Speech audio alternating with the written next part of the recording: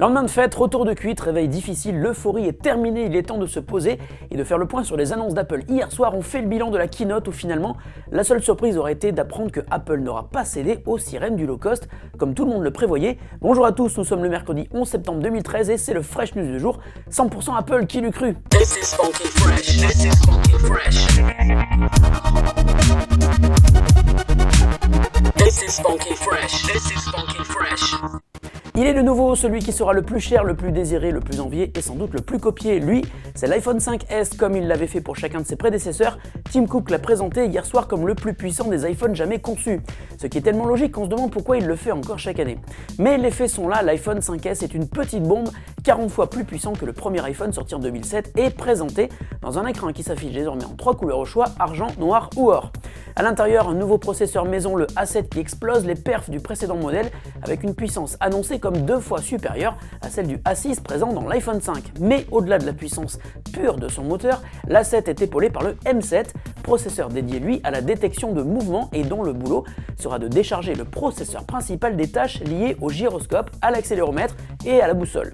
Et enfin, soulignons que l'iPhone 5S est le premier smartphone au monde travaillant en 64 bits qui lui confère une puissance largement supérieure à tout ce qui existe aujourd'hui sur le marché et grâce à sa compatibilité avec OpenGL ES 3.0, l'iPhone 5S sera aussi puissant qu'une Xbox 360 ou une PS3, rien que ça. Il est donc parfait pour envoyer des SMS à sa maman ou téléphoner à toute vitesse à sa copine. Au niveau photo, il est doté d'un nouveau capteur qui reste bloqué à 8 mégapixels mais qui est constitué de pixels désormais plus grands pour un résultat d'image de qualité supérieure. La caméra sera elle capable de filmer à 120 images par seconde, ainsi les vidéos lues à vitesse réelle donneront d'extraordinaires films au ralenti extrême. Autre nouveauté dans l'appareil, le 5S est équipé d'un double flash à LED qui sera capable d'éclairer une scène en mélangeant ces deux sources de lumière de température de couleurs différentes, et ce afin de réaliser des clichés aux couleurs beaucoup plus fidèles. Autre grande nouveauté de l'iPhone 5S, le bouton Home dissimule un capteur biométrique, mais ça on en reparle tout à l'heure. Et enfin notons l'arrivée de la 4G compatible avec les bandes de fréquences européennes, c'est pas trop tôt, mais ça ne va pas arranger son autonomie annoncée en veille à 250 heures, mais qui en pratique devrait être tout de même très loin du compte. Ce nouvel iPhone de tous les superlatifs a tout de même un énorme défaut, son prix, comptez 699 € pour la version 16 Go, 799 € pour la version 32 Go et 899 € pour la version 64 Go, et à ce prix-là, autant prendre la version Gold. Si vous avez les moyens et quitte à faire le malin, faites-le à fond. L'iPhone 5S sera disponible en France dès le 20 septembre. Précédé par la rumeur depuis plusieurs mois, l'iPhone 5C était donc tout sauf une surprise. Mais il est arrivé et c'est surtout grâce à son aspect extérieur qu'il se fait remarquer. Jugé comme une version économique de l'iPhone 5, le 5C en est pourtant presque son équivalent, mis à part quelques améliorations techniques et la coque métallique en moins. A l'inverse, il adopte un look résolument plus jeune et s'inspire largement de la gamme Nokia Lumia avec 5 couleurs chatoyantes différentes au choix pour sa coque de plastique. Et à l'intérieur, presque rien n'a changé donc par rapport à l'iPhone 5, que le 5C éjecte du catalogue au passage. En effet, on y retrouve à peu près les mêmes composants sur tous les plans, à l'exception de iOS 7 qui sera livré avec le 5C.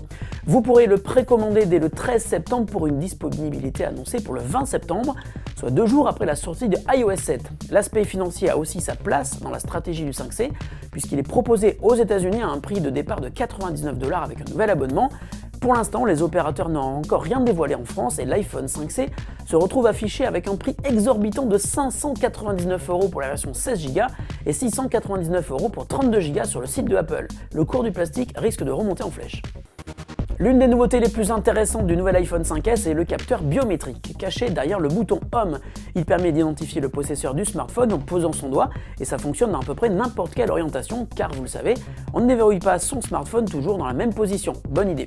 Et si cette nouvelle manière de s'authentifier semble dans l'air du temps, elle posera sans doute des questions de confidentialité des données. Apple a pris les devants hier en annonçant que la base de données des empreintes digitales reconnues par les smartphones ne sera stockée que sur les smartphones en question, rien ne sera hébergé par Apple et encore mieux, rien ne sera envoyé dans le cloud.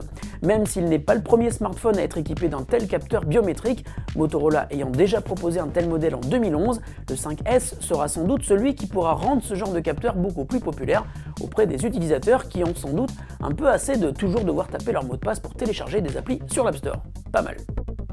Et la question du jour est évidemment en relation avec les annonces d'hier soir, puisqu'Apple a présenté quelques nouveautés supplémentaires pour iOS 7, mais aussi évidemment une date de sortie. La question nous est posée par Charles qui nous demande quand iOS 7 sera-t-il disponible en téléchargement.